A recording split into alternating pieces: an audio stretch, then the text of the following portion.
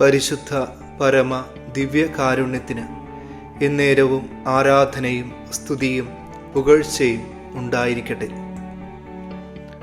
സഭാ പ്രസംഗികന്റെ പുസ്തകത്തിൽ നിന്ന് 3-ാം അധ്യായം 15-ാം തിരുവചനം. ഇന്നുള്ളത് പണ്ടേ ഉണ്ടായിരുന്നതാണ്, ഇനി ഉണ്ടാകാനിരിക്കുന്നത് ഉണ്ടായിരുന്നത് തന്നെ.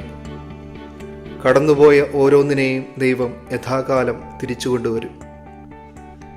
ദൈവത്തിൻ്റെ സ്നേഹം കാലങ്ങൾക്കും സമയങ്ങൾക്കുമൊക്കെ അതീതമാണെന്ന് വരച്ചു കാട്ടുന്ന ഈ തിരുവചനം കേൾക്കുമ്പോൾ കടന്നുപോയതും നഷ്ടമായി പോയതുമായ പലതിനെയും കുറിച്ച് നൊമ്പരപ്പെടുന്നവരല്ലേ നമ്മൾ ഇന്നുകൂടി ചിന്തിക്കണം.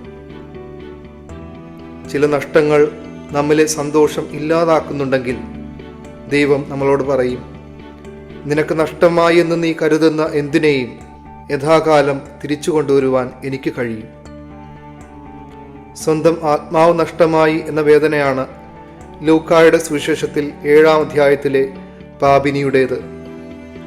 അവൾ തനിക്ക് കൈമോശം വന്ന ജീവിതം തിരിച്ചു പിടിക്കുവാൻ അനുതാപത്തോടുകൂടെ ഈശോയുടെ പാദം ചുംബിച്ചുകൊണ്ട് ആ പാദങ്ങളിൽ തൈലം പൂശുന്നുണ്ട്. ഈശോ അവൾക്ക് നഷ്ടമായ പലതും തിരികെ കൊടുത്തുകൊണ്ട് പറയും, ഇവളുടെ നിരവധിയായ പാപങ്ങൾ ക്ഷമിക്കപ്പെട്ടിരിക്കുന്നു, എന്തെന്നാൽ ഇവൾ അധികം സ്നേഹിച്ചു. നഷ്ടമായ പലതും ദൈവം തിരികെ തരുന്നത് നമ്മൾ ദൈവത്തെ അധികം സ്നേഹിക്കുമ്പോഴാണ്. അധിക സ്നേഹം എന്നതിൻ്റെ അർത്ഥം തന്നെ എല്ലാറ്റിലും ഉപരിയായി ദൈവത്തെ സ്നേഹിക്കണം എന്നത് തന്നെ.